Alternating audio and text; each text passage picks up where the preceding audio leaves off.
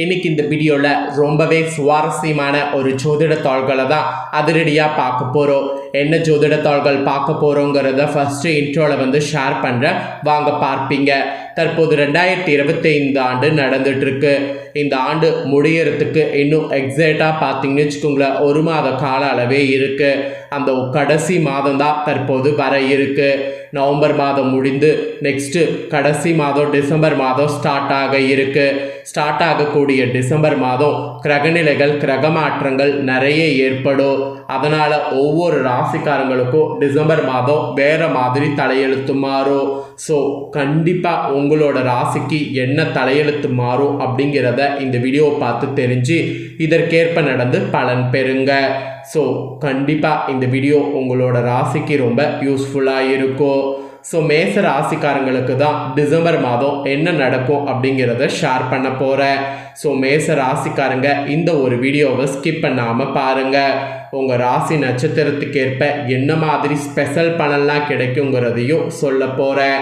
ஆண்டு பிறந்ததே தெரியல, டக்குன்னு 11 மாதம் நாம் வந்துட்டோம். ஸோ இந்த 11 மாதமும் முடிந்து 12வது மாதமும் வர்றதுக்கு இன்னும் சில நாட்களே இருக்குது. 12வது மாதம் வந்ததுக்கு பின்னாடி தான் இந்த ஆண்டுடைய மொத்த இதுவுமே நமக்கு கிடைக்கும். ஏன்னா 12வது மாதத்தில் கிரகங்கள் பார்த்தீங்கன்னு வச்சுக்கோங்களேன், எப்படி வேணாலும் இருக்கும். அதிர்ஷ்டம் தர வகையிலையும் இருக்கும், இல்லைனா ஆபத்து தர வகையிலையும் இருக்கும். அது நம்ம ராசிக்கு எப்படி அப்படிங்கிறத தெரிஞ்சு நம்ம அதற்கேற்ப நடந்து பயன் பெறணும். அதை தான் இந்த வீடியோவில் உங்களுக்கு சொல்ல வரேன். ஸோ மேச ராசிக்காரங்க உங்களுக்கான பலனை தெரிஞ்சுக்குங்க. உங்களுக்கான பலனை தெரிஞ்சு அதற்கேற்ப நடந்து பலன் பெறுங்க.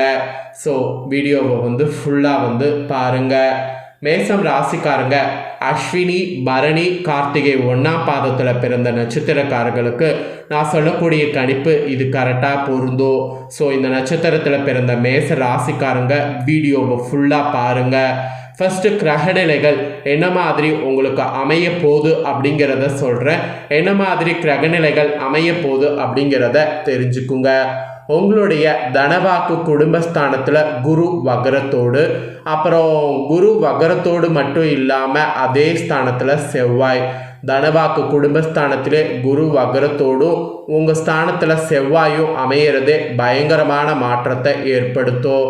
இதை தொடர்ந்து ரணருண ரேகஸ்தானத்தில் கேது, அஷ்டமஸ்தானத்தில் சூரிய புதன், பாக்கியஸ்தானத்தில் சுக்கிரன், லாபஸ்தானத்தில் ரொம்ப முக்கியமான கிரகமான சனி, அதுக்கப்புறம் பார்த்தீங்கன்னு வச்சுக்கோங்களேன் அயன சைன போகஸ்தானத்தில் ராகு. இந்த மாதிரி உங்களுக்கு கிரகங்கள் அமைய போகுது. கிரகங்கள் இந்த மாதிரி அமையறதை தொட்டு உங்களுக்கான பலன்கள் என்னங்கிறது குறிப்பிடப்படுது. ஸோ டிசம்பரில் என்ன பலன்கள் பெறுவீங்கிறத தெளிவாக தெரிஞ்சுக்குங்க.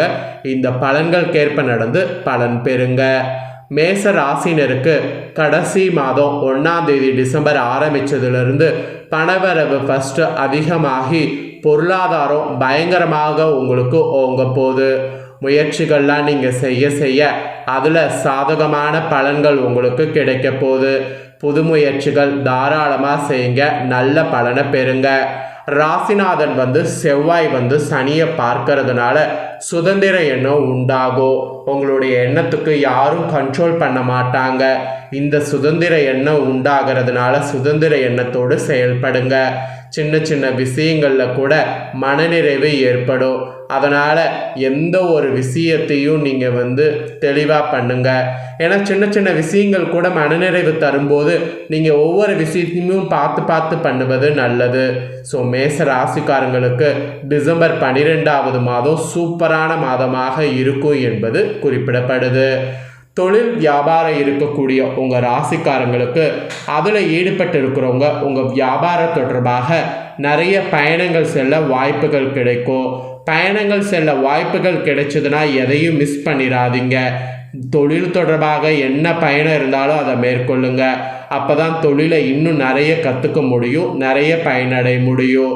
போட்டிகள்லாம் கூட உங்களுக்கு விலகும். வாடிக்கையாளர்களுடைய கருத்துக்கு மாற்று கருத்து சொல்லாமல் அவங்களெல்லாம் அனுசரித்து செல்லுங்க. அதுதான் நன்மை தரும். ஏன்னா தொழில் பொறுத்த வரைக்கும் நமக்கு வாடிக்கையாளர்கள் தான் ரொம்ப முக்கியம். வாடிக்கையாளர்கள் எந்த அளவுக்கு கைக்குள்ள வைத்திருக்கிறோமோ அந்த அளவுக்கு தொழிலில் லாபம் காணலாம். அதனால் தொழில் வியாபாரம் செய்யக்கூடிய மேச ராசிக்காரங்க டிசம்பர் மாதம் வாடிக்கையாளர்களை அனுசரித்து போங்க, அதுதான் நல்லது.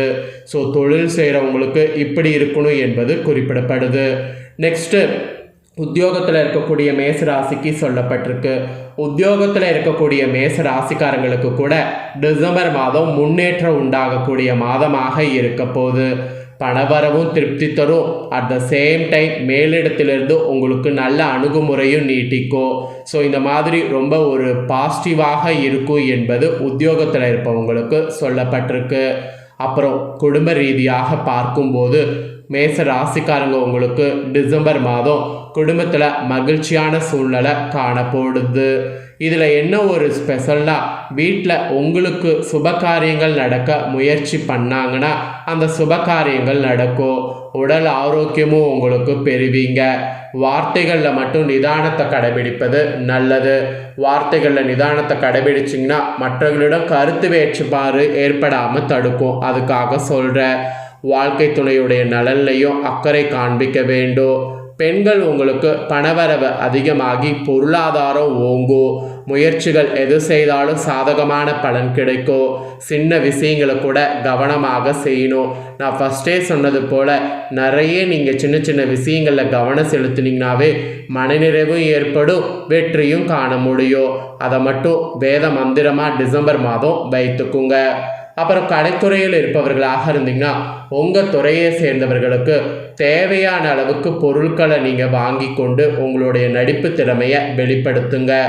நீண்ட நாட்களாக செய்ய நினைத்த ஒரு காரியத்தை கூட நீங்கள் டிசம்பர் மாதம் செய்யணும்னு நினச்சிங்கன்னா கண்டிப்பாக முடிக்க முடியும். மதிப்பு மரியாதையும் உங்களுக்கு கூடும். அப்புறம் மதிப்பு மரியாதை கூடும்போது அதை தக்க வைத்து கொள்ள நீங்கள் தான் கொஞ்சம் சிரமப்படணும். அதுக்கப்புறம் அரசியலில் இருக்கிறவங்களுக்கு சொல்லப்பட்டிருக்கு.